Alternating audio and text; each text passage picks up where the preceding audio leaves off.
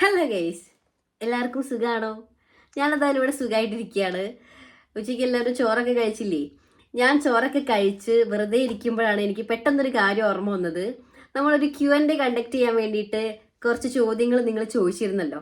അപ്പം വിചാരിച്ചു ആ Q&A അങ്ങ് ചെയ്യാമെന്ന്. അതിന് വേണ്ടിയിട്ട് ഞാനിതാ നിങ്ങൾ ചോദിച്ച ചോദ്യങ്ങളൊക്കെ ഒരു ഡയറിയിൽ ഓർഡറിൽ നല്ല വൃത്തിയായിട്ട് എഴുതി വെച്ചിട്ടുണ്ട്. ആക്ച്വലി ഇത് എഴുതിയത് ഞാനല്ല കേട്ടോ, ഏട്ടനാണ്. ഏട്ടനെല്ലാം സെറ്റ് ചെയ്ത് തന്നിട്ടുണ്ട്. അപ്പം നമ്മൾ ഇന്ന് Q&A സെക്ഷനാണ് ചെയ്യാൻ പോകുന്നത്. ചോദ്യം ചോദിച്ച ആളുടെ പേര് ഞാൻ പറയുന്നും എഴുതിയിട്ടുമില്ല. ചോദ്യം ഞാൻ വായിക്കും, അതിനുള്ള ആൻസർ സ്പോട്ടിൽ തന്നെ പറയും. അങ്ങനെയാണ് കേട്ടോ. അപ്പോൾ നമുക്ക് ഒട്ടും സമയം കളയാതെ വീഡിയോയിലേക്ക് പോവാം. കുറേ റിപ്പീറ്റഡ് ആയിട്ടുള്ള ചോദ്യങ്ങളുണ്ട്. അതായത് ഒരാൾ ചോദിച്ച ചോദ്യം തന്നെ വേറെ രീതിയിൽ 10 പേര് ചോദിച്ചിട്ടുണ്ട്.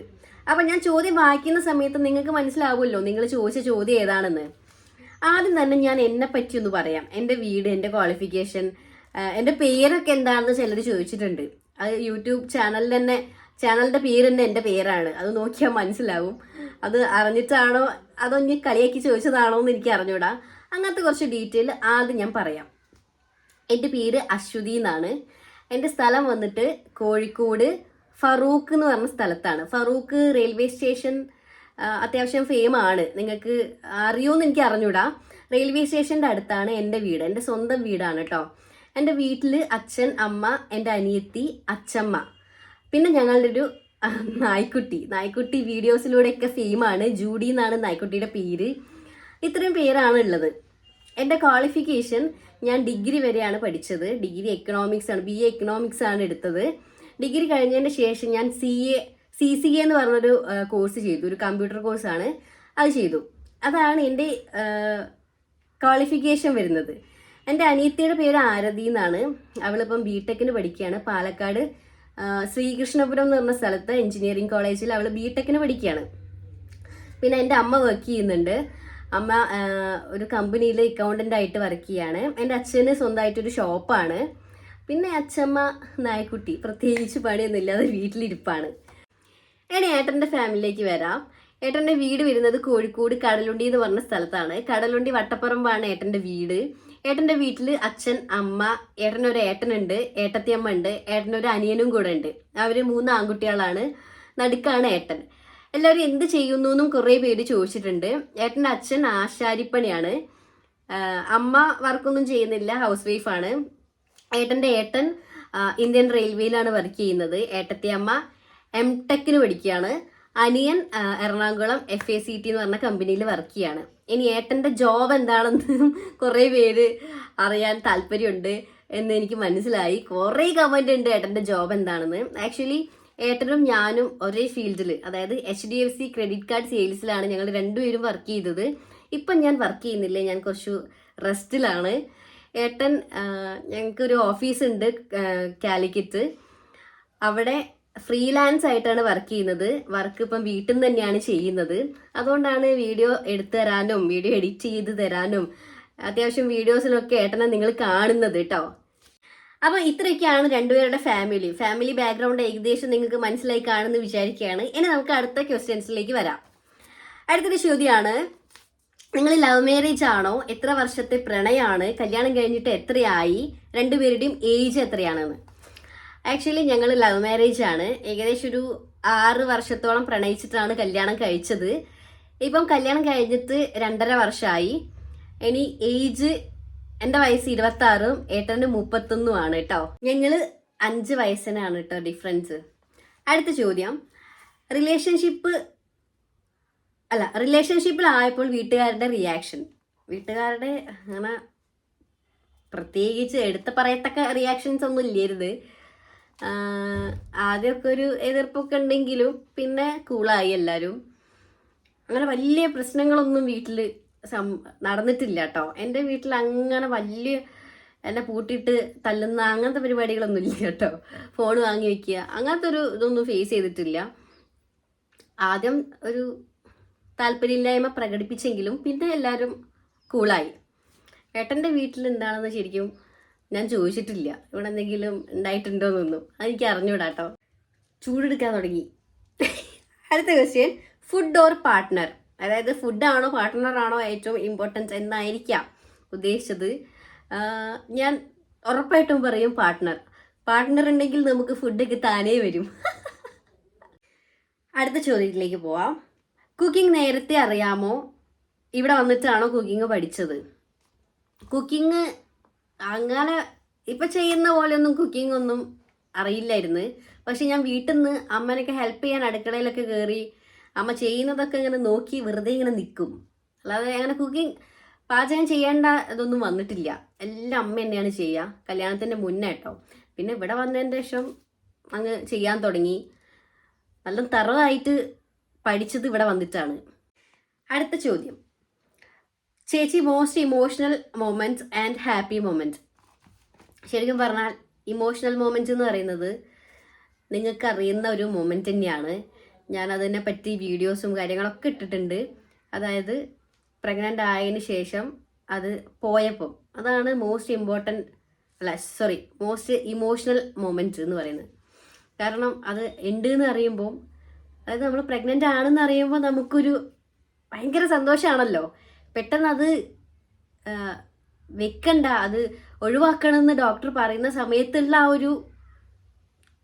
ഒരു സിറ്റുവേഷൻ, അതാണ് most emotional moment in my life. പിന്നെ ഹാപ്പി മൊമെൻറ്റും ഇത് തന്നെ, അതാണെന്ന് അറിയുമ്പോഴുള്ള നമ്മുടെ ഒരു സന്തോഷം ഉണ്ടല്ലോ, അതാണ് ഞാൻ ഫീൽ ചെയ്ത ഏറ്റവും ഹാപ്പി മൊമെൻറ്റ് എൻ്റെ ലൈഫിൽ. അത് വരലും പോവലും ഒരുമിച്ചായിപ്പോയി. അപ്പം ഹാപ്പി മൊമെൻറ്റും ഇമോഷണൽ മൊമെൻറ്റും ഒരുമിച്ചായിപ്പോയി. അതേ ഉള്ളൂ എടുത്തു പറയത്തക്ക ഇമോഷണൽ ഹാപ്പി മൊമെൻറ്റ് ലൈഫിലുള്ള. പിന്നെ ഒരു ഹാപ്പി മൊമെൻറ്റ് എന്ന് പറയുമ്പോൾ നമുക്ക് യൂട്യൂബിൽ നിന്ന് ഇങ്ങനെ മാസം പേയ്മെൻറ്റ് വരുമല്ലോ, അപ്പോൾ ഒരു സന്തോഷമുണ്ട്. പിന്നെ ഒരു കാര്യമുണ്ട്, ഞാൻ ചെറിയ കാര്യങ്ങളിൽ പോലും ഭയങ്കര സന്തോഷിക്കുന്ന ഒരാളാണ്. അതുകൊണ്ട് ഹാപ്പി മൊമെൻ്റ് ഒക്കെ ചോദിക്കുമ്പം ആലോചിച്ച് കഴിഞ്ഞാൽ ഒരുപാട് മൊമെൻറ്റ് പറയാനുണ്ടാവും. പെട്ടെന്ന് ഓർമ്മ വരുന്നൊരു മൊമെൻ്റാണ് ഞാൻ പറഞ്ഞത് കേട്ടോ. പിന്നെ വേറൊരു കാര്യമുണ്ട്, ഇതിൽ ഏത് മൊമെൻ്റ് ആയാലും ആ ഒരു പോയിന്റ് ഓഫ് ടൈമിലുള്ള സന്തോഷം വിഷമം മാത്രമേ എനിക്കുള്ളൂ കേട്ടോ. അതായത് നമുക്ക് സന്തോഷിക്കാനുള്ളൊരു കാര്യമാണെങ്കിൽ ഞാൻ അപ്പം ഓവറായിട്ട് ആ ഒരു സമയത്ത് ഞാൻ സന്തോഷിക്കും. പിന്നെ അതും ആലോചിച്ച് ആ സന്തോഷത്തിൽ ഇങ്ങനെ ലയിച്ചിരിക്കുക, അങ്ങനത്തെ പരിപാടിയൊന്നുമില്ല. അതുപോലെ തന്നെയാണ് സങ്കടമുള്ള സിറ്റുവേഷൻ വരുമ്പോഴും. കാരണം ആ ഒരു വിഷമം ആലോചിച്ച് മുന്നോട്ട് ഇരിക്കുക, അങ്ങനെ ഞാൻ ചെയ്യാറേ ഇല്ല കേട്ടോ. എനിക്ക് ആ ഒരു ടൈമിലുള്ള സമയത്ത് ഞാൻ അതിൻ്റെ പീക്ക് ലെവൽ കാണിക്കും, സന്തോഷമായാലും വിഷമമായാലും. പിന്നെ അതും ആലോചിച്ച് ഞാൻ ഇരിക്കില്ല. ഞാനിത് ഇപ്പം അബോർഷനായി എന്ന് പറഞ്ഞ സമയത്തെ മുന്നോട്ട് ഞാൻ വീഡിയോസ് ഇടാൻ തുടങ്ങിയ സമയത്ത് കുറേ ആളുകൾ എന്നോട് ചോദിച്ച്, എങ്ങനെയാണ് ഇങ്ങനെയൊക്കെ ചെയ്യാൻ പറ്റുന്നത്, അബോർഷനായിട്ട് കളിച്ച് ചിരിച്ച് വീഡിയോ ഇടുന്നുണ്ടല്ലോ. ഞാനൊരു കാര്യം പറയട്ടെ, എനിക്ക് ആ ഒരു സമയത്ത് ഭയങ്കര സങ്കടമായിരുന്നു. ആ ഒരു ദിവസം മൊത്തം ഞാൻ ഡൗൺ ആയിരുന്നു.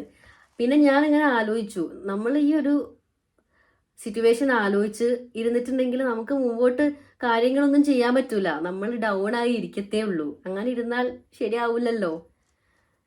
അതുകൊണ്ട് ഞാനതൊക്കെ മറന്ന് മുമ്പോട്ട് വീഡിയോ ഇടാനും എൻ്റെ കാര്യങ്ങൾ ചെയ്യാനും തുടങ്ങി. ഞാൻ അങ്ങനെയാണ് കേട്ടോ. അപ്പോൾ ആ ചോദ്യത്തിനുള്ള ഉത്തരം കിട്ടിയല്ലോ. എനിക്ക് നിങ്ങളോട് തന്നെയാണ് പറയാനുള്ളത്, സിറ്റുവേഷൻ എന്തായാലും അതിൽ കൂടുതൽ അങ്ങ് ഇൻവോൾവ് ആവാതിരിക്കുക. സന്തോഷമായാലും ദുഃഖമായാലും അത് വെച്ചിട്ട് ലൈഫിൽ സന്തോഷിക്കരുത് എന്നല്ല കേട്ടോ ഞാൻ പറഞ്ഞത്. സന്തോഷിക്കുക, പിന്നെ ആ ഒരു സന്തോഷത്തിൽ ലയിച്ച് അങ്ങ് പോയിട്ടുണ്ടെങ്കിൽ മുമ്പോട്ട് നമുക്ക് വേറൊന്നും ചെയ്യാൻ കഴിയില്ല. അതുപോലെ തന്നെയാണ് സങ്കടം, അതും ആലോചിച്ചിരുന്നാൽ നമുക്ക് അതും ആലോചിച്ചിരിക്കത്തേ ഉണ്ടാവുള്ളൂ. അടുത്ത ക്വസ്റ്റ്യൻ, ജീവിതത്തിലെ വിഷമകരമായ നിമിഷം എങ്ങനെയാണ് നേരിട്ടത്? അതിനുള്ള ഉത്തരം തന്നെയാണ് ഞാൻ പറഞ്ഞതൊക്കെ. വിഷമകരമായ സിറ്റുവേഷൻ വരുമ്പോൾ നമ്മൾ സന്തോഷകരമായ കാര്യങ്ങളിൽ കൂടുതൽ ഇൻവോൾവ് ആവുക. ഞാനും അങ്ങനെ തന്നെയാണ് ചെയ്തത് കേട്ടോ. അടുത്ത ചോദ്യത്തിലേക്ക് പോവാം. നിങ്ങളുടെ വീഡിയോ കണ്ട് ആളുകൾ നിങ്ങളെ തിരിച്ചറിയാൻ തുടങ്ങിയപ്പോൾ എന്തു തോന്നി എന്നൊക്കെ ചോദിച്ചാൽ നമുക്കൊരു സെലിബ്രിറ്റി ആയൊരു ഫീല് തോന്നും.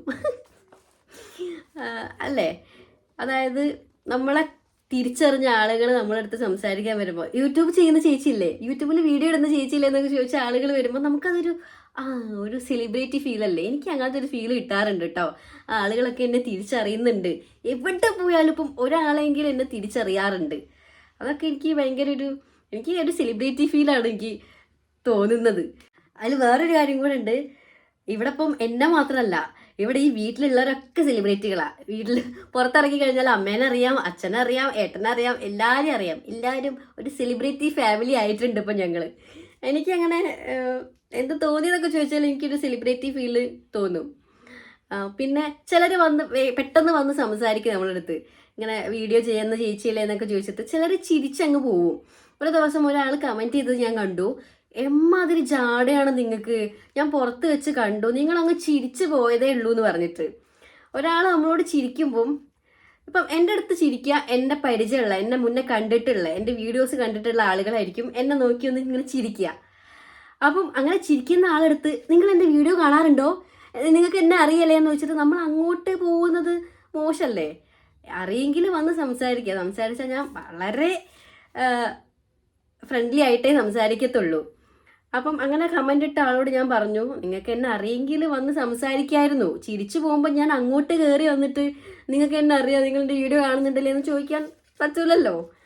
അപ്പം പുറത്ത് വെച്ച് അപ്രതീക്ഷിതമായിട്ട് കാണുകയാണെങ്കിൽ എന്തായാലും വന്ന് സംസാരിക്കണം എന്നാണ് ഞാൻ പറയുന്നത്. അതെനിക്കൊരു സെലിബ്രിറ്റി ഫീൽ ഉണ്ടാക്കി തരും. ഓക്കെ, അപ്പം ഇനി വന്ന് സംസാരിക്കണം എല്ലാവരും. അടുത്ത ക്വസ്റ്റ്യൻ ആണ് favourite food and favourite place. Favourite food, ഇപ്പോൾ നമ്മൾ ഉച്ച സമയത്തൊരു കടയിൽ ഫുഡ് കഴിക്കാൻ കയറിയാൽ എത്രയൊക്കെ മെനു അവിടെ ഉണ്ടെങ്കിലും അവസാനം എത്തിച്ചേരുന്നൊരു ഫുഡുണ്ട്, അതാണ് ബിരിയാണി. അപ്പം എൻ്റെ ഫേവറേറ്റ് ഫുഡായിട്ട് ഞാൻ ബിരിയാണിയെ പ്രഖ്യാപിച്ചിരിക്കുകയാണ്. പിന്നെ ഫേവറേറ്റ് പ്ലേസ്, എനിക്ക് ഏട്ടൻ്റെ വീട്ടിൽ വന്നതിന് ശേഷം എൻ്റെ വീടൊരു ഫേവറേറ്റ് പ്ലേസ് ആണ്. പിന്നെ ഒരു ഫേവറേറ്റ് പ്ലേസ് എന്ന് പറയുന്നത് ഇവിടെ കടലുണ്ടി ഇല്ല, ചാലിയത്ത് പോകാറുള്ള വീഡിയോ ഞാൻ ഇടയ്ക്ക് പോസ്റ്റ് ചെയ്യാറുണ്ട്. അതെൻ്റെ ഒരു ഫേവറേറ്റ് പ്ലേസ് ആണ് കേട്ടോ. ഒരു വൈകുന്നേര സമയത്ത് ആ ചാലിയത്ത് ഇങ്ങനെ കടൽക്കാറ്റും കൊണ്ടിരിക്കാൻ എനിക്ക് ഭയങ്കര ഇഷ്ടമാണ്. അപ്പോൾ അതും എൻ്റെ ഒരു ഫേവറേറ്റ് പ്ലേസാണ്, എൻ്റെ വീടും ചാലിയും. അടുത്ത ചോദ്യത്തിലേക്ക് പോവാല്ലേ. ജ്യോതിച്ചി ആരാണ്? ഇതും കുറേ വീഡിയോസിൽ കമൻ്റ് ആയിട്ട് ഞാൻ കണ്ടിട്ടുണ്ട്. ചിലർക്കൊക്കെ ഞാൻ റിപ്ലൈയും കൊടുക്കാറുണ്ട്.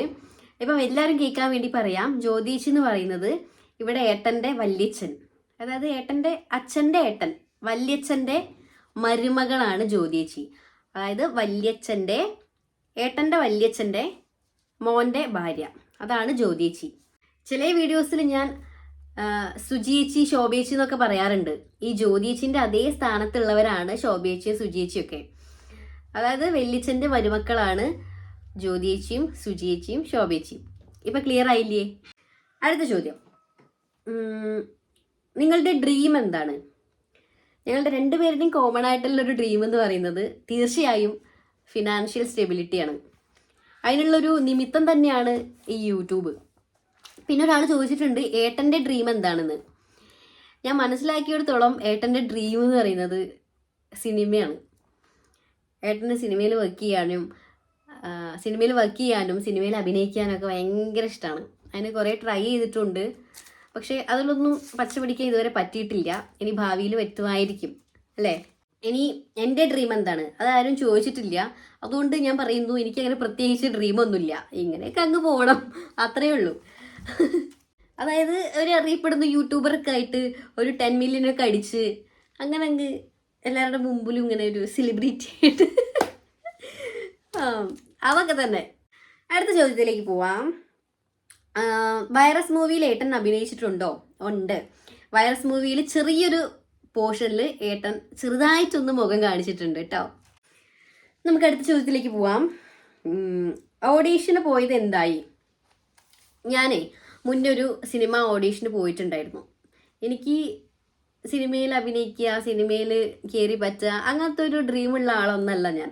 ഏട്ടൻ്റെ നിർബന്ധത്തിൽ ഞാനൊരു സിനിമ ഓഡീഷന് പോയിട്ടുണ്ടായിരുന്നു. അതിൻ്റെ വീഡിയോ ഞാൻ മുന്നേ ഷോർട്ടായിട്ട് അപ്ലോഡ് ചെയ്തിട്ടുണ്ട്. കാണാത്തവർക്ക് വേണ്ടിയിട്ടാണ് കേട്ടോ പറയുന്നത്. അങ്ങനെ പോയി അവരൊരു സിറ്റുവേഷൻ തന്നു, അതെന്നോട് അഭിനയിച്ച് കാണിക്കാൻ വേണ്ടി പറഞ്ഞു. ഞാൻ എന്നെക്കൊണ്ട് പറ്റുന്ന രീതിയിലൊക്കെ അവിടുന്ന് അഭിനയിച്ച് കാണിച്ച് ഞങ്ങൾ തിരിച്ചു പോന്നു. ഇനി സെലക്ട് ആവുകയാണെങ്കിൽ വിളിക്കാമെന്ന് പറഞ്ഞിട്ടാണ് അവർ അയച്ചത്. അങ്ങനെ ഇവിടെ വന്ന് ഒരു 2 ദിവസത്തിനുള്ളിൽ അവിടുന്ന് കോൾ വന്നു, സെലക്ട് ആയിട്ടുണ്ട്, മുന്നോട്ട് പോവുമല്ലേ എന്ന് ചോദിച്ചിട്ട്. ഞാൻ ഓക്കെ പറഞ്ഞു. അങ്ങനെ ഒരു ചെറിയൊരു വേഷം ഇന്നതാണെന്നൊക്കെ അവർ പറഞ്ഞു തന്നിട്ടുണ്ടായിരുന്നു കേട്ടോ. പിന്നെ കുറച്ച് കഴിഞ്ഞപ്പം ഞാൻ അറിഞ്ഞത് ആ മൂവിയിൽ നിന്ന് ആ ഒരു വേഷം കട്ട് ചെയ്ത് ഒഴിവാക്കിയെന്നാണ്. ആ ഒരു വേഷത്തിൻ്റെ ആവശ്യം ആ ഒരു സിനിമയിലില്ല. അതുകൊണ്ട് ആ ഒരു ഭാഗം, ആ ഒരു ക്യാരക്ടർ അതിൽ നിന്ന് ഒഴിവാക്കി. അപ്പം പിന്നെ ഞാൻ പോകണ്ടല്ലോ. അതാണ് സംഭവിച്ചത് കേട്ടോ. നിലവിൽ ആ സിനിമയിൽ ഇപ്പം ആ ക്യാരക്ടർ ഉണ്ടോ ഇല്ലയോ എന്നൊന്നും എനിക്ക് അറിഞ്ഞൂടാ. ഞാൻ അറിഞ്ഞത് അങ്ങനെയാണ്. അപ്പം പിന്നെ അതവിടെ ക്ലോസ് ചെയ്തു. അടുത്ത ക്വസ്റ്റ്യനിലേക്ക് പോവാം. എബൌട്ട് മേക്കപ്പ് പ്രൊഡക്ട്സ്, അതായത് ഞാൻ യൂസ് ചെയ്യുന്ന മേക്കപ്പ് പ്രൊഡക്ട്സിനെ പറ്റി പറയാനിരിക്കാം. ഞാൻ അങ്ങനെ കോൺസ്റ്റൻ്റ് ആയിട്ട് ഒരു പ്രൊഡക്റ്റ് തന്നെ യൂസ് ചെയ്ത് പോരുന്ന ഒരാളല്ല. തോന്നുന്ന പ്രൊഡക്റ്റ് ഞാൻ തോന്നുന്ന സമയത്ത് യൂസ് ചെയ്യും.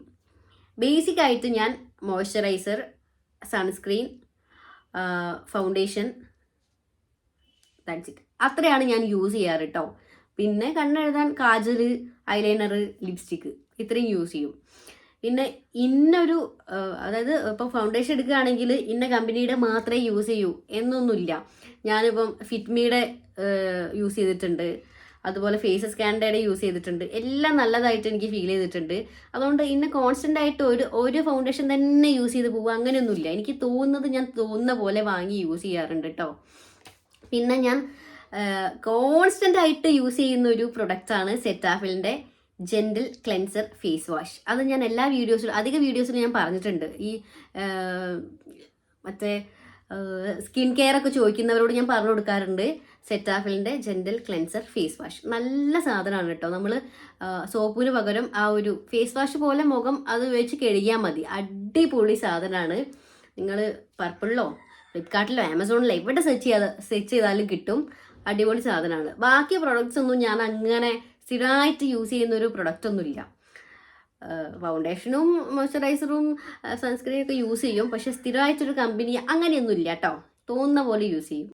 ഇപ്പോൾ ഞാൻ ഫേസിൽ ഫൗണ്ടേഷൻ ഇട്ടിട്ടില്ല, സൺസ്ക്രീൻ ഇട്ടിട്ടില്ല, മോയ്സ്ചറൈസർ ഇട്ടിട്ടില്ല, ഒന്നും ഇട്ടിട്ടില്ല, പൗഡർ പോലും ഇട്ടിട്ടില്ല. ആ ഒരു ഡാർക്ക് ഷെയ്ഡ് ഈ ലിപ്സ്റ്റിക്ക് മാത്രമേ ഇട്ടിട്ടുള്ളൂ. പിന്നെ കണ്ണെഴുതിയിട്ടുണ്ട്. തന്നെ ഞാൻ കണ്ണെഴുതാതെയാണ് ആദ്യം ഇരുന്നത്. ആ പേട്ടൻ പറഞ്ഞു കണ്ണെഴുതിക്കുക അല്ലെങ്കിൽ ഉറങ്ങി എണീച്ച പോലെ ഉണ്ടെന്ന് പറഞ്ഞുകൊണ്ട് കണ്ണും എഴുതി. അത്രേ ഉള്ളൂ കേട്ടോ. അടുത്ത ക്വസ്റ്റ്യൻ, PCOD മാറിയത് എങ്ങനെയാണ്? എനിക്ക് PCODൻ്റെ ഒരു പ്രശ്നം ഉണ്ടായിരുന്നു മുന്നേ. അതായത് പ്രഗ്നൻ്റ് ആവാൻ നോക്കുന്ന സമയത്ത് ഡോക്ടറെ അടുത്ത് പോയപ്പോൾ ഡോക്ടർ കണ്ടുപിടിച്ചതാണ് PCOD ഉണ്ടെന്ന്. അപ്പം അത് മാറാൻ പ്രത്യേകിച്ച് അങ്ങനെ ഒന്നും ചെയ്തിട്ടൊന്നുമില്ല. ഡോക്ടർ മരുന്ന് തന്നു, അത് കഴിച്ചു. പിന്നെ ചെറുതായിട്ടൊക്കെ ഞാൻ എക്സസൈസ് ഒക്കെ ചെയ്തു. ഫാസ്റ്റ് ഫുഡ് കംപ്ലീറ്റ് ഒഴിവാക്കാൻ പറഞ്ഞു, അത് ഞാൻ കംപ്ലീറ്റ് ഒഴിവാക്കി. അത്രേ ചെയ്തിട്ടുള്ളൂ, വേറെ ഒന്നും അങ്ങനെ ചെയ്തിട്ടില്ല കേട്ടോ. അതെന്നെ മതിയല്ലോ അല്ലേ. നിങ്ങൾ PCOD ഉള്ളവരാണെങ്കിൽ കൃത്യമായിട്ട് ഡോക്ടർ പറയുന്ന മരുന്ന് മറക്കാതെ കഴിക്കുക, ചെറുതായിട്ടൊക്കെ വ്യായാമം ചെയ്യുക. പിന്നെ അതിൽ ഏറ്റവും എസെൻഷ്യൽ ആയിട്ടുള്ളൊരു ഫാക്ടറാണ് ഫാസ്റ്റ് ഫുഡ് കംപ്ലീറ്റ് നിർത്തുക. വേറെ വഴിയില്ല. ഞാൻ അതൊരു 2-3 മാസം ഞാൻ കംപ്ലീറ്റ് നിർത്തിയിട്ടുണ്ടായിരുന്നു. അങ്ങനെയൊക്കെയാണ് PCOD മാറിയത് കേട്ടോ. പിന്നെ ഒരു ചോദ്യം ഒരാൾ ചോദിച്ചതാണ്, ക്രസൻറ്റിൽ ഞാൻ ക്രസൻറ്റ് ഹോസ്പിറ്റലിലാണ് ഈ പ്രഗ്നൻ്റ് ആയ സമയത്തും അത് അബോട്ടായ സമയത്തും ഒക്കെ കാണിച്ചത്. ക്രസൻറ്റിൽ ഏത് ഡോക്ടറെയാണ് കാണിച്ചത്? ഞാൻ അഞ്ജല എന്ന് പറഞ്ഞിട്ടുള്ള ഒരു ഡോക്ടറെയാണ് കേട്ടോ കാണിച്ചത്. പേഴ്സണലി എനിക്ക് ഭയങ്കര ഇഷ്ടപ്പെട്ടു ആ ഡോക്ടറെ. Okay, next question, baby plan ഉണ്ടോ? പ്ലാനൊക്കെ ഉണ്ട്, പക്ഷെ ഇനി ഡോക്ടർ പറയണം എപ്പം നോക്കാമെന്ന്. അതായത് ഇപ്പം ഇത് പോയതിൻ്റെ കുറച്ച് റെസ്റ്റും കാര്യങ്ങളിലൊക്കെയാണ്. അപ്പോൾ പെട്ടെന്ന് ഇപ്പം നമുക്ക് നോക്കാൻ പറ്റൂല. ഡോക്ടറെ കാണിച്ച് ഡോക്ടർ ഇനി പറയുമ്പോൾ നമുക്ക് നെക്സ്റ്റ് നോക്കാം.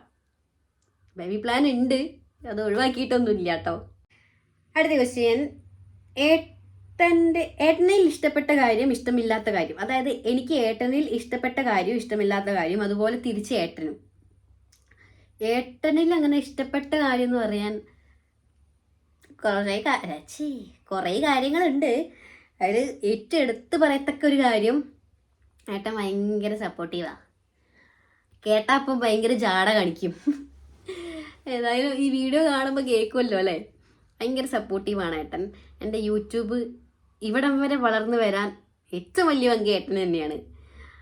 എഡിറ്റ് ചെയ്ത് തരാനും വീഡിയോ എടുത്തു തരാനും ഒക്കത്തിനും ഏട്ടൻ ഇതുവരെ ഏട്ടാ വീഡിയോ എടുത്തുണ്ടാ, ഉണ്ണിയേട്ടാ വീഡിയോ എടുത്തുണ്ടാന്ന് പറയുമ്പോൾ എന്നെ കൊണ്ട് പറ്റില്ല എന്ന് ഇതുവരെ എൻ്റെ അടുത്ത് പറഞ്ഞിട്ടില്ല. അതുപോലെ ഇതൊന്ന് എഡിറ്റ് ചെയ്ത് തരീന്ന് പറയുമ്പോഴേക്ക് പെട്ടെന്ന് തന്നെ എഡിറ്റ് ചെയ്ത് തരും. എന്നെ കൊണ്ട് പറ്റില്ല എന്ന് ഇതുവരെ ഏട്ടൻ എന്നോട് പറഞ്ഞിട്ടില്ല. യൂട്യൂബ് തുടങ്ങാനുള്ള ഇൻസ്പിറേഷനും ഏട്ടൻ തന്നെയാണ്. അത് വേറൊരു ക്വസ്റ്റ്യൻ ഇവിടെ ഉണ്ട്, യൂട്യൂബ് തുടങ്ങാനുള്ള ഇൻസ്പിറേഷൻ എന്തായിരുന്നു? ഏട്ടൻ എൻ്റെ മൂട്ടിന്ന് കുത്തിയാണ് ഞാൻ യൂട്യൂബ് തുടങ്ങിയത്. അതൊന്നും എനിക്ക് ഒട്ടും താല്പര്യമില്ലാത്തൊരു സംഭവമായിരുന്നു യൂട്യൂബിലെ വീഡിയോസ് അങ്ങനെയൊക്കെ. പക്ഷേ ഏട്ടൻ്റെ നിർബന്ധം കൊണ്ട് മാത്രമാണ് ഞാൻ യൂട്യൂബ് സ്റ്റാർട്ട് ചെയ്തതും യൂട്യൂബിൽ വീഡിയോ ഇടാൻ തുടങ്ങിയതും. അപ്പം അതാണ് ഏട്ടനിൽ ഇഷ്ടപ്പെട്ടൊരു കാര്യം, ഭയങ്കര സപ്പോർട്ടീവാണ്. സത്യം പറഞ്ഞാൽ കല്യാണം കഴിഞ്ഞൊരു പെണ്ണിനെ അപേക്ഷിച്ച് വേറെ ആരൊക്കെ സപ്പോർട്ട് ചെയ്താലും നമ്മുടെ പാർട്ട്ണറെ സപ്പോർട്ട് ഇല്ലെങ്കിൽ നമ്മൾ എവിടെ എത്തൂല അല്ലേ? ഉറപ്പാണ്, 100% ഉറപ്പാണ്. അതിൽ ഞാൻ എന്തായാലും ലക്കിയാണ്. ഏട്ടൻ്റെ ഇഷ്ടപ്പെട്ട ഒരു സ്വഭാവം അപ്പം അതാണ്. ഇനി ഇഷ്ടമില്ലാത്ത ഒരു കാര്യം എന്ന് പറയുന്നത്, ഇടഞ്ഞാൽ കൊമ്പനാന്ന് പറയുന്ന പോലെ ദേഷ്യം വന്നാൽ പിടിച്ചാൽ കിട്ടൂല. ഭയങ്കര സൗണ്ടിൽ എന്തെങ്കിലുമൊക്കെ ആ ഒരു സമയത്ത് മാത്രമേ ഉള്ളൂ കേട്ടോ ഷൗട്ട് ചെയ്ത് എന്തെങ്കിലുമൊക്കെ പറയും. നമ്മളിങ്ങനെ അന്തം വിട്ട് ഇങ്ങനെ നിന്ന് പോവും. അങ്ങനത്തെ ഒരു അല്ല, കുറേ സിറ്റുവേഷൻ ഉണ്ടായിട്ടുണ്ട്. എനിക്ക് അത് ഇഷ്ടമല്ല. അങ്ങനെ ഏട്ടൻ ദേഷ്യപ്പെടാൻ ഞാൻ തന്നെ ആയിരിക്കാം കാരണം, അതൊന്നും നമ്മളിപ്പോൾ ഇവിടെ പറയണ്ട. എന്നാൽ അങ്ങനെ ഭയങ്കര ദേഷ്യമാണ്. ദേഷ്യം വന്നു കഴിഞ്ഞാൽ അതെനിക്ക് ഇഷ്ടമില്ലാത്തൊരു കാര്യമാണ്. അതിനുള്ള കാരണം ഞാൻ ആയാൽ കൂടെ എനിക്കതിഷ്ടമല്ല. എന്തൊക്കെ പറഞ്ഞാലും എനിക്കത് ഇഷ്ടമല്ല. ഇനി ഈ ചോദ്യത്തിൻ്റെ ഒപ്പം തന്നെയുള്ളൊരു ചോദ്യമാണ്, ഏട്ടന് എൻ്റെതിൽ ഇഷ്ടമുള്ളതും ഇഷ്ടമില്ലാത്തതും കാര്യം. അത് സത്യം പറഞ്ഞാൽ ഏട്ടനോട് തന്നെ ചോദിക്കണം. എനിക്കറിഞ്ഞൂടാ എൻ്റെതിൽ എന്താ ഇഷ്ടമില്ലാത്ത കാര്യം. ഇഷ്ടമുള്ളൊരു കാര്യം ഞാൻ ഗസ് ചെയ്ത് പറഞ്ഞുതരാം. നല്ല ഫുഡ് ഞാൻ ഉണ്ടാക്കി കൊടുക്കുന്നുണ്ട്, അത് എൻ്റെ ഒരു ഇഷ്ടമുള്ളൊരു കാര്യമായിരിക്കാം. ഇഷ്ടമില്ലാത്തത് ഇപ്പോൾ നമുക്ക് പിന്നെ ഏട്ടനോട് ചോദിക്കാം. എനിക്ക് അറിഞ്ഞൂടാ. കാരണം എനിക്ക് അങ്ങനെ പറയത്തക്ക നെഗറ്റീവ്സ് ഒന്നും ഇല്ലാത്തതുകൊണ്ട് ഏട്ടന് ഇഷ്ടമില്ലാത്തത് ഉണ്ടോയെന്ന് തന്നെ എനിക്ക് സംശയമാണ് കേട്ടോ. അപ്പോൾ നമുക്ക് പെട്ടെന്ന് തന്നെ അടുത്ത ചോദ്യത്തിലേക്ക് പോവാം. എനിക്ക് ഇവിടെ ഇരുന്നിട്ട് ഭയങ്കരമായിട്ട് ചൂടെടുക്കുന്നുണ്ട്. ഇവിടെ ഫാനും ഇട്ടിട്ടില്ല. കാരണം ഫാൻ ഇട്ടാൽ ചിലപ്പം വോയിസ് ക്ലിയർ ആവാതെ പോവും. അതുകൊണ്ട് ഫാൻ ഇട്ടില്ല, വേർത്ത് ഒഴുകാനൊക്കെ തുടങ്ങി. അടുത്ത ക്വസ്റ്റ്യൻ, യൂട്യൂബ് തുടങ്ങാനുള്ള ഇൻസ്പിറേഷൻ തുടങ്ങിയിട്ട് എത്രയായി? വരുമാനം വരുന്നുണ്ടോ? ഇൻസ്പിറേഷൻ ഞാൻ ഓൾറെഡി പറഞ്ഞു കഴിഞ്ഞു. ഞാൻ യൂട്യൂബ് തുടങ്ങിയിട്ട് ഞാൻ ആദ്യമായിട്ട് സ്റ്റാർട്ട് ചെയ്യുന്നത് 2018 കല്യാണത്തിൻ്റെ മുന്നേ. വീഡിയോസൊക്കെ നല്ല രീതിയിൽ ഇട്ട് ചാനലിൽ മോണിറ്റൈസേഷനൊക്കെ ആയി. പിന്നെ വീഡിയോ പെട്ടെന്ന് അങ്ങ് ഞാൻ ഇടാണ്ടായി, സ്റ്റോപ്പായപ്പം ആ മോണിറ്റൈസേഷനൊക്കെ പോയി. വീണ്ടും ഞാൻ റീസ്റ്റാർട്ട് ചെയ്യുന്നത് 2022 വീണ്ടും വീഡിയോസൊക്കെ ഇട്ട് ചാനൽ ഇങ്ങനെ ഗ്രോത്തായി വന്ന് വീണ്ടും മോണിറ്റൈസേഷനായി. ഇപ്പം കണ്ടിന്യൂസ് ആയി വീഡിയോ അപ്ലോഡ് ചെയ്യാൻ തുടങ്ങിയിട്ട് ഏകദേശം ഒരു 1.5 വർഷമായിട്ടുണ്ടാവും. നിർത്താതെ വീഡിയോ അപ്ലോഡ് ചെയ്യാൻ തുടങ്ങിയിട്ട്. പിന്നെ യൂട്യൂബിൽ വീഡിയോസ് ഇടാൻ നോക്കുന്നവരാണ് നിങ്ങളെങ്കിൽ ഇട്ട് തുടങ്ങി കഴിഞ്ഞിട്ടുണ്ടെങ്കിൽ കണ്ടിന്യൂസ് ആയിട്ട് ഇടാൻ നോക്കുക. വീണ്ടും അത് അപ്പം നമ്മൾ കുറേ ഇട്ട് പിന്നെ അത് അവിടെ സ്റ്റോപ്പ് ചെയ്ത് ആ ചാനലിൻ്റെ മോണിറ്റൈസേഷനൊക്കെ പോയി വീണ്ടും അത് ബിൽഡപ്പ് ചെയ്ത് കൊണ്ടുവരാൻ കുറച്ച് ബുദ്ധിമുട്ടാണ്. അതുകൊണ്ട് ഇട്ട് തുടങ്ങിയിട്ടുണ്ടെങ്കിൽ കണ്ടിന്യൂസ് ആയിട്ട് ഇടാൻ നോക്കുക. നല്ല പരിപാടിയാണെന്നേ ഞാൻ പറയുള്ളൂ. വരുമാനം വരുന്നുണ്ടോ എന്ന് ചോദിച്ചിട്ടുണ്ട് ക്വസ്റ്റ്യനിൽ. തീർച്ചയായും എനിക്ക് ഈ മാസം സാലറി വരുന്നുണ്ട് യൂട്യൂബിൽ നിന്ന് കേട്ടോ. നല്ലൊരു എമൗണ്ട് വരുന്നുണ്ട്. അതിനുള്ള ഒരു ചെറിയ പങ്ക് ഇപ്പം ഞാൻ കുറച്ച് അഡ്വർടൈസ്മെൻ്റ് ഒക്കെ ചെയ്യുന്നുണ്ട്. കുറേ നെഗറ്റീവ് ഞാൻ കമൻറ്റ് ബോക്സിൽ കാണാറുണ്ട്. നമ്മുടെ ചെറിയൊരു വരുമാന മാർഗമാണ് അതും, അതായത് ആഡ്സ് ചെയ്യാന്നുള്ളത്. അപ്പം അതിന് തെറി വിളിക്കാതിരിക്കുക. അല്ലാത്ത വീഡിയോസും ഞാൻ എൻ്റെ ചാനലിൽ അപ്ലോഡ് ചെയ്യുന്നുണ്ട് അല്ലേ. അത് പരസ്യം കാണാൻ താല്പര്യമില്ലാത്തവർ അത് സ്കിപ്പ് ചെയ്ത് പോയാൽ പോരെ. നമ്മളെ ഒരു വരുമാന മാർഗമാണെന്നൊന്ന് മനസ്സിലാക്കണം കേട്ടോ. ഞാൻ അത് വെച്ചിട്ട് പരസ്യം മാത്രമേ ഇനി അപ്ലോഡ് ചെയ്യുള്ളൂ എന്നൊന്നുമില്ല. അല്ലാത്ത വീഡിയോസും ഞാൻ ഇടുന്നതായിരിക്കും. ഓക്കെ. പിന്നെ വേറൊരു കാര്യം, എനിക്ക് ചോദ്യങ്ങൾ കഴിഞ്ഞു കേട്ടോ. ചോദ്യങ്ങൾ കഴിഞ്ഞു. ഇത്രയൊക്കെയാണ് നിങ്ങൾ ചോദിച്ചത്. ഇതന്നെ പല രീതിയിൽ തിരിച്ചും മറിച്ചൊക്കെ ആളുകൾ ചോദിച്ചിട്ടുണ്ട്. എല്ലാം ഞാൻ കൺക്ലൂഡ് ചെയ്ത് ഓർഡർ ആക്കി കൊണ്ടുവന്നതാണിത്. നിങ്ങൾ ചോദിച്ച ചോദ്യങ്ങൾക്കൊക്കെ ഉത്തരം കിട്ടിയെന്ന് എനിക്കറിയാം. ഇനി ഇതിലില്ലാത്തൊരു കാര്യം ഞാൻ പറയാം. ഞാനിപ്പോൾ കുറച്ചായിട്ട് നെയിം മീറ്റിംഗ് ചലഞ്ച് ചെയ്യുന്നുണ്ട് അല്ലേ. നിങ്ങൾക്ക് ആ ഒരു വീഡിയോൻ്റെ കമൻറ്റ് ബോക്സ് തുറന്നു കഴിഞ്ഞാൽ കാണാം, ഇഷ്ടംപോലെ പേരുകൾ അവിടെ വന്ന് കിടപ്പുണ്ട്. ഒരു വീഡിയോയ്ക്ക് തന്നെ 5000 കമൻറ്റൊക്കെയാണ്. അപ്പം ഞാനൊരു 4 name meeting challenge video upload ചെയ്താൽ ഏകദേശം ഒരു 10,000-നും മേലെ കമൻറ്റ് ആയി കിടക്കുന്നുണ്ട്. ഇതിൽ ഞാൻ ആരുടെ പേരാണ് സെലക്ട് ചെയ്യേണ്ടത്? വല്ല നറുക്കിട്ട് എടുക്കാനാണെങ്കിൽ അത്രയും പേര് ഇത് നറുക്കിട്ട് എഴുതാൻ തന്നെ പാടാണ്. അങ്ങനെയും കഴിയൂല. വേറെ ഞാൻ ഏത് രീതിയിലാണ് പേര് സെലക്ട് ചെയ്യുക? നിങ്ങളൊന്ന് പറഞ്ഞു തരണം എനിക്ക്. കാരണം ആളുകൾ തെറി വിളിക്കാൻ വരെ തുടങ്ങി. എന്നെ ഇഷ്ടപ്പെടുന്ന, എൻ്റെ വീഡിയോസ് കാണുന്ന ആളുകളായിരിക്കാം നിങ്ങൾ. ആ ആളുകളായിരിക്കാം കമൻറ്റ് ചെയ്തിരുന്നത് ഇന്ന പേരെടുത്ത് ചെയ്യണം ചേച്ചി എന്ന് പറഞ്ഞിട്ട് അല്ലേ. അവരെ വിഷമിപ്പിക്കാന്നുള്ളത് എനിക്കും ബുദ്ധിമുട്ടുള്ള കാര്യം തന്നെയാണ്. പക്ഷെ ഞാൻ എത്രയെന്ന് വെച്ചിട്ടാ ചെയ്യുക, നിങ്ങളൊന്ന് ആലോചിച്ച് നോക്കൂ. ചിലർ എന്നെ ഇഷ്ടപ്പെടുന്ന ആളുകളിൽ ഞാനൊരു നെഗറ്റീവായി കൊണ്ടിരിക്കുകയാണ് ഈ നെയിം മീറ്റിംഗ് ചലഞ്ച് ചെയ്ത കാരണം കൊണ്ട് അല്ലേ. എന്നാലും നമ്മളിങ്ങനെ എല്ലാം ഞാൻ വായിച്ചു പോകുന്നുണ്ട് കേട്ടോ, എല്ലാ പേരും. കാരണം നിങ്ങൾക്ക് തന്നെ അറിയാം ഞാൻ എല്ലാത്തിനും റിപ്ലൈ കൊടുക്കുന്ന ഒരാളാണ്. അപ്പം പേര് ഇങ്ങനെ വായിച്ച് പെട്ടെന്ന് ഇങ്ങനെ ഓരോ വീഡിയോ, അതായത് നെയിം മീറ്റിംഗ് ചലഞ്ചിൻ്റെ വീഡിയോസിൽ കോമൺ ആയിട്ട് വരുന്ന പേരുകൾ, അങ്ങനത്തെ പേരുകളാണ് ഞാൻ എടുത്ത് ചെയ്യുന്നത്. അങ്ങനെ എനിക്ക് ചെയ്യാൻ കഴിയുള്ളൂ. അല്ലാതെ ഇപ്പം ആ 10,000 പേരുടെ നെയിമും വെച്ചിട്ട് നെയിം മീറ്റിംഗ് ചെയ്യാന്നുള്ളതൊന്നും പോസിബിൾ ആയിട്ടുള്ള കാര്യമല്ല. നിങ്ങളൊന്നും മനസ്സിലാക്കണം. അതുകൊണ്ട് നെയിം മീറ്റിംഗ് ചലഞ്ച് തൽക്കാലത്തേക്ക് ഞാൻ നിർത്തിയിരിക്കുന്ന കാര്യം കൂടെ ഈ വീഡിയോയിലൂടെ ഞാൻ പറയുകയാണ്. ഇനി ഞാൻ നെയിം മീറ്റിംഗ് ചലഞ്ച് ചെയ്യുന്നില്ല എന്നാണ് ഉദ്ദേശിച്ചത്. കാരണം നിങ്ങളുടെ മനസ്സിൽ തന്നെ ഒരു നെഗറ്റീവ് ഞാൻ സൃഷ്ടിച്ചുകൊണ്ടിരിക്കുകയാണ്. അങ്ങനെ എനിക്കൊരു ഫീൽ ഉണ്ട്. അതുകൊണ്ട് ഞാൻ തൽക്കാലത്തേക്ക്, ഇനി സ്റ്റാർട്ട് ചെയ്യുമല്ലോ എന്നൊന്നും എനിക്ക് അറിഞ്ഞൂടാ, തൽക്കാലത്തേക്ക് ഞാൻ ആ നെയിം മീറ്റിംഗ് ചലഞ്ച് എന്നുള്ളൊരു കൺസെപ്റ്റ് അവിടെ സ്റ്റോപ്പ് ചെയ്തു കേട്ടോ. പിന്നെ പറയാനുള്ളൊരു കാര്യം എന്ന് പറഞ്ഞാൽ ഒന്നുമില്ല, അത്രേ ഉള്ളൂ. ഒരു ചോദ്യം ഞാൻ വിട്ടുപോയിട്ടുണ്ട്, ഈ സൈഡിൽ എഴുതി വെച്ചതാ, ഞാൻ കണ്ടില്ല. ഫാമിലി സപ്പോർട്ട് എങ്ങനെയാണ്, അതായത് വീഡിയോസ് ചെയ്യാൻ ഫാമിലി സപ്പോർട്ടാണോ എന്നാണ് ചോദിക്കുന്നത്. തീർച്ചയായും സപ്പോർട്ടാണ്. ഇവിടെ അച്ഛനായാലും അമ്മയായാലും, ഞാൻ മുന്നേ പറഞ്ഞല്ലോ, എന്നെ മാത്രമല്ല ഇപ്പം അച്ഛൻ്റെ അമ്മേനെ എല്ലാവരും തിരിച്ചറിയാൻ തുടങ്ങിയിട്ടുണ്ട് ആളുകൾ. പുറത്തിറങ്ങി കഴിഞ്ഞാൽ വീഡിയോ ചെയ്യുന്ന അശ്വതിയുടെ അച്ഛനല്ലേ അമ്മയല്ലേ എന്നൊക്കെ ചോദിച്ച് പോവാറുണ്ട്. വീഡിയോ ചെയ്യാറില്ലേ അങ്ങനെയൊക്കെ ചോദിക്കാറുണ്ട്, എല്ലാവരുടെ അടുത്തും ചോദിക്കാറുണ്ട്. അതുകൊണ്ട് അതിനൊന്നും ആരും എതിരല്ല കേട്ടോ. ഇവിടെ എല്ലാവരും ഭയങ്കര സപ്പോർട്ട് തന്നെയാണ്.